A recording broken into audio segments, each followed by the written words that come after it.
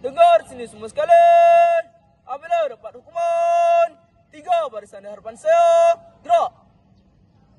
Skuad dalam bersedia, berlari, berbaris dalam 3 barisan, di hadapan, di tengah-tengah, di mana saya mengharap. Faham itu skuad? 3 barisan di depan saya, gerak. Jangan tinggi ke kanan, jangan rendah ke kiri, dalam 1 barisan, para. Dari kanan, nombor. Ganjil 1 langkah ke depan, genap 1 langkah ke belakang, gerak. Orang yang kanan sekali diam. Nombor ganjil kanan, genap kiri barisan. Kanan dan kiri, pusing. Jadikan 3 barisan, cepat jalan. Assalamualaikum dan selamat pagi skuad. Pada hari ini, saya akan buatkan skuad. Penanda di sebelah kanan sekali adalah Kadet Abu. Penanda di sebelah kiri sekali adalah Kadet Ali. Itu barisan hadapan, tengah juga, belakang juga. Hukuman saya yang salah janganlah dibuat.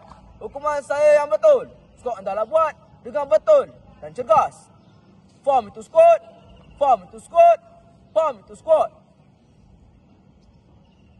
Sedikit lagi, pelajaran anda dalam kawat kaki adalah gerak kanan dalam masa statik. Pasal hukumannya, gerak kanan, pusing. Apabila dapat hukuman, rehatkan diri, terus lihat di sini.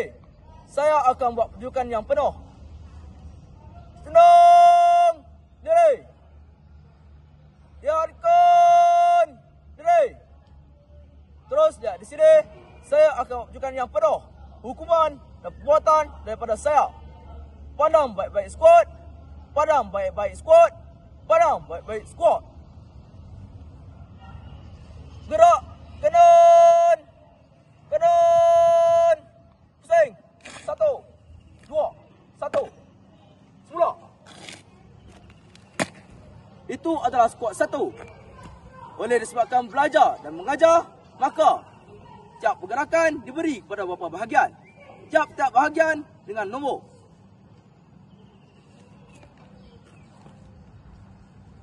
Bergerak kanan. Pusing. 1.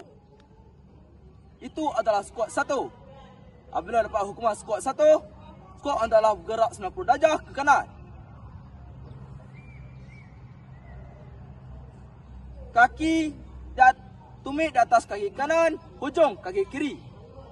Apabila sampai ke hala yang baru, kaki kanan terletak di atas bumi, kaki kanan terletak di atas bumi, terus menyerong ke kanan. Kedua-dua lutut lurus.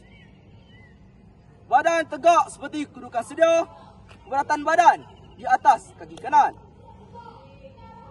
Ada apa-apa soalan dengan skuad 1? Jika tiada, saya akan teruskan dengan skuad 2. Semula. Skuad 2.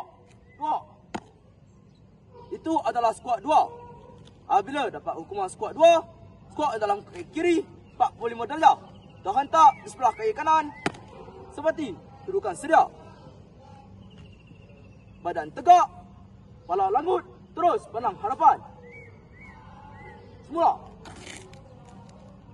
Ada apa soalan dengan skuad 2? Jika tiada, saya akan terus selanjutnya. Terus, saya akan menguatkan skuad dengan nombor. Hukuman daripada saya, perbuatan daripada skuad. Skuad hendaklah berteriak masa. Gerak kanan dengan nombor. Kanan pusing. 1. Skuad 2.